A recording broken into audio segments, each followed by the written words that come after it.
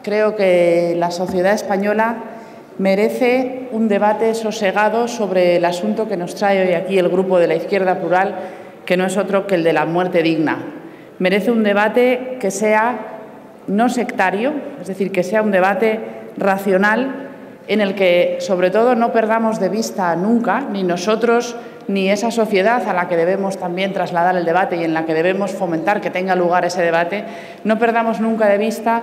los sujetos que son la preocupación de una reforma legal de estas características, que no son otros que los enfermos que están sufriendo situaciones de agonía, situaciones de dolor y para los que se trata de encontrar una solución dentro de los límites legales. Siempre que tengamos en mente que estamos buscando una solución a esos problemas y no una justificación de algún tipo de identidad política, el debate, en cualquier caso, incluso en el caso de que esta proposición de ley no salga adelante, será fructífero y contribuirá a profundizar en la reflexión sobre estas cuestiones que tan importantes son para la sociedad. En primer lugar, aunque nos parece que ya de entrada el propiciar este debate, señor Sixto, y hacerlo con una proposición de ley que está, a nuestro juicio, bien fundada y bien pensada en cuanto a las reformas jurídicas que serían necesarias, sí que me veo obligada a señalar que hay una confusión conceptual que a nosotros nos parece muy importante aclarar y que, en el caso de que la proposición saliera adelante, lo haríamos en la fase de enmiendas.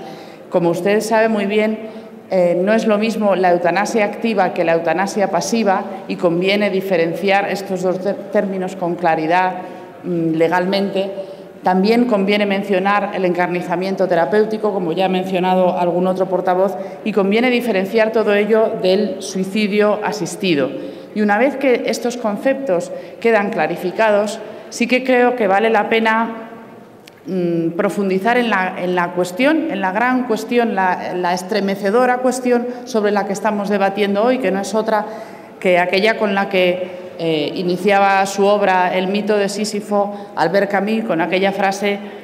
terrible que decía: este libro trata sobre la cuestión fundamental, sobre si la vida merece la pena ser vivida o no. Y esa es la cuestión en el fondo que estamos debatiendo, sobre qué vidas y en qué circunstancias merecen la pena ser vividas y qué vidas no lo merecen. Y esta cuestión plantea a la sociedad un dilema de grandes dimensiones, porque hay, por un lado, una cuestión humanitaria ineludible, que es la voluntad general y humana de acortar el sufrimiento de quienes están padeciendo una grave enfermedad o una enfermedad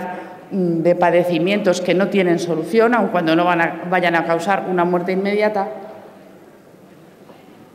Y, por otro lado, hay que conjugar esto con el comprensible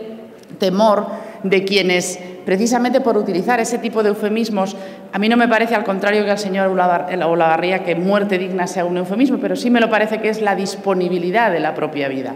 Y hay que, desde luego, cerrar todas las puertas al riesgo posible de que sean otros los que dispongan de la vida de uno, ya sea del ámbito médico o del ámbito familiar, porque tampoco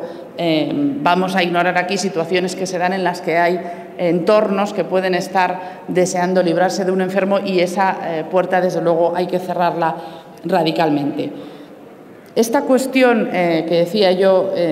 sobre si la vida merece la pena ser vivida y qué vidas lo merecen, lo que tenemos que admitir es que es irresoluble y, como parte de nuestras limitaciones como legisladores, es que no podemos resolver esta cuestión, porque no es una cuestión que tenga una solución universal, y creo que es fundamental que ante un tema de esta magnitud partamos de esa limitación que tenemos a la hora de legislar, que es que no tiene una respuesta universal, tiene una respuesta que se encuentra exclusivamente en el ejercicio de la libertad personal, de la libertad más íntima, diría yo, de la libertad más íntima y en el ejercicio de esa soberanía que el individuo tiene sobre su propio cuerpo. Dentro de esos márgenes, por lo tanto, la respuesta a esa pregunta solo puede ser individual y no puede ser universal. Y, por lo tanto, lo que tiene que hacer una reforma legal es garantizar que cada uno, todos y cada uno de los ciudadanos,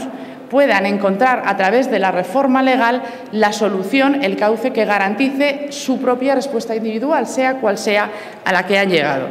y que puedan ejercer esa decisión que han tomado libremente, íntimamente y con plena conciencia de sus facultades, con absoluta seguridad jurídica, tanto para ellos como para el entorno médico y con garantías legales de todo tipo. Insisto, por tanto, en que no se trata, en una reforma legal hipotética sobre este asunto, de universalizar sentimientos o creencias, sino de garantizar que todos los ciudadanos puedan ejercer su libre albedrío sin presiones de ninguna clase, sin maniobras de ninguna clase de su entorno, de cualquier tipo, sea familiar, sea médico, con plena seguridad que solamente le puede otorgar las leyes. Y, sobre todo, hay que dar una solución a este asunto porque ya está ocurriendo. Ya está ocurriendo, como algunos de los datos que ha citado el señor Sixto, y, por lo tanto, es una hipocresía pensar que porque no hablemos de ello o porque no lo regulemos va a dejar de ocurrir. Esto es algo parecido a aquello que decía Suárez en la transición. Se trata de hacer normal en las leyes lo que es normal, o por lo menos lo que ya ocurre, si bien a veces de forma normal y a veces de forma semiclandestina, en la calle, en este caso en los hospitales. Nos parece muy necesario ese registro público de voluntades anticipadas que propone su proposición de ley.